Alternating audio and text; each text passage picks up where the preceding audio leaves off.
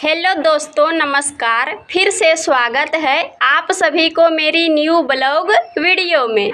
तो कैसे हैं आप सब? और आप सभी के यहाँ ये गर्मी वाला सीज़न में लू चलने के लिए शुरू हुआ कि नहीं, हमें भी बताइएगा। हाँ, क्योंकि हमारे यहाँ तो इतना तेज़ से चलने के लिए शुरू हो गया है कि उसका कोई गिनती ही नहीं है। पूरा एकदम उड़ा पुड़ा के रख देता है। अभी 4 बज रहा है, इस टाइम में भी कभी कभी इतना तेज़ से धुंध देता है ना, जिसके कारण से कभी बाल इधर तो कभी उधर हो जाता है।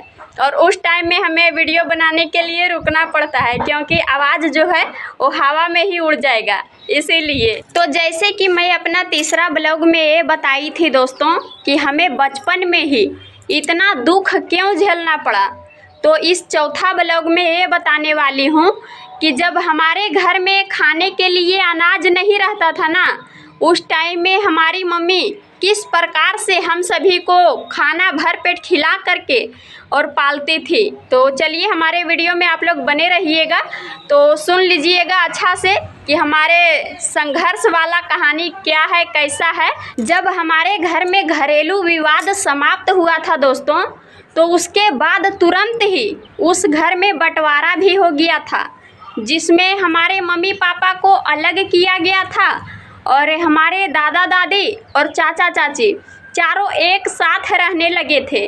जबकि उस टाइम में हमारे पापा घर पे थे भी नहीं, वो तो ज़्यादा करके बाहर में ही रहते थे, क्योंकि घर का जो बड़ा बेटा होता है वो कमाते कमाते सबका शौक पूरा करते करते सबसे गरीब वही रह जाता है। गलत बोली हूँ तो हमें भी बताइएगा। तो वही सब कारण से उस टाइम में हमारे घर में हम सभी को खाने के लिए एक दाना चावल भी नहीं था। उस टाइम से ही मेरी मम्मी अपने ही गांव में किसी दूसरे व्यक्ति का काम करने के लिए शुरू कर दी थी। कभी किसी का गेहूं कटनी शुरू कर देती थी, तो कभी किसी का धान, तो कभी निकौनी, ये सब जो चलता है सब्जी रोपन, वो सब, यानी कि सीजन के अनुसार जैसा फसल मिल जाए वैसा काम कर देती थी। वो सब में कभी भी पीछे नहीं रहती थी। और जब गेहूं कटनी ये सब का सीजन आता था ना, धान ये सब वाला, तो उस सब टाइम में जिसके यहाँ काम करते थे वो सब दोपहर का भी खाना देते थे। तो उस टाइम में हम लोग दोपहर में पहुँच जाते थे खाने के लिए। तीनों भाई बहन वही काम करते थे, क्योंकि हम सभी को पता रहता था कि इस टाइम में खाना मिलेगा। और जब वहाँ जाते थे तो ऐसा बात नहीं है दोस्तों कि जो मालिक होते थे किसान, वो हम सभी को भगाते थे, वैसा कुछ भी नहीं, क्योंकि उन लोग जानते थे कि ऐसा इसके यहाँ समय चल रहा है, ऐसा हाल बीत रहा है। वही सब कारण से हमारे यहाँ सभी लोग आ जाते हैं। छोटे छोटे बच्चे हैं, क्या मैं बोलूँ। उसी तरह करते करते बहुत घर काम की थी दोस्तों, लेकिन कोई ऐसा बुद्धि नहीं दिया था कि इस काम को करके इस तरह से आगे बढ़ना है। सो बस काम करना और मजूरी लेना, उसके आगे कुछ भी नहीं बताते थे।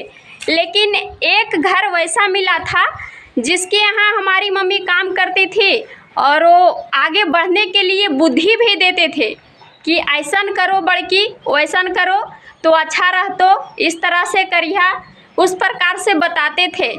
उसी तरह से हमारी मम्मी वही घर से और वही सबके बुद्धि से आगे बढ़ी है। ऐसे तो मेरी मम्मी भी बुद्धि में कम नहीं थी दोस्तों। अगर कम रहती ना तो उस तरह से शेरनी की तरह दहाड़ मार करके उस घर में नहीं रहती।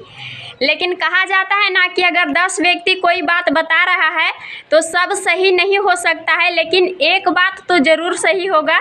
तो उसी प्रकार से और उसी तरह करते करते हमारी मम्मी अपने खुद के दम पे खाने पीने लगी है और अपना घर में भी रहने लगी है।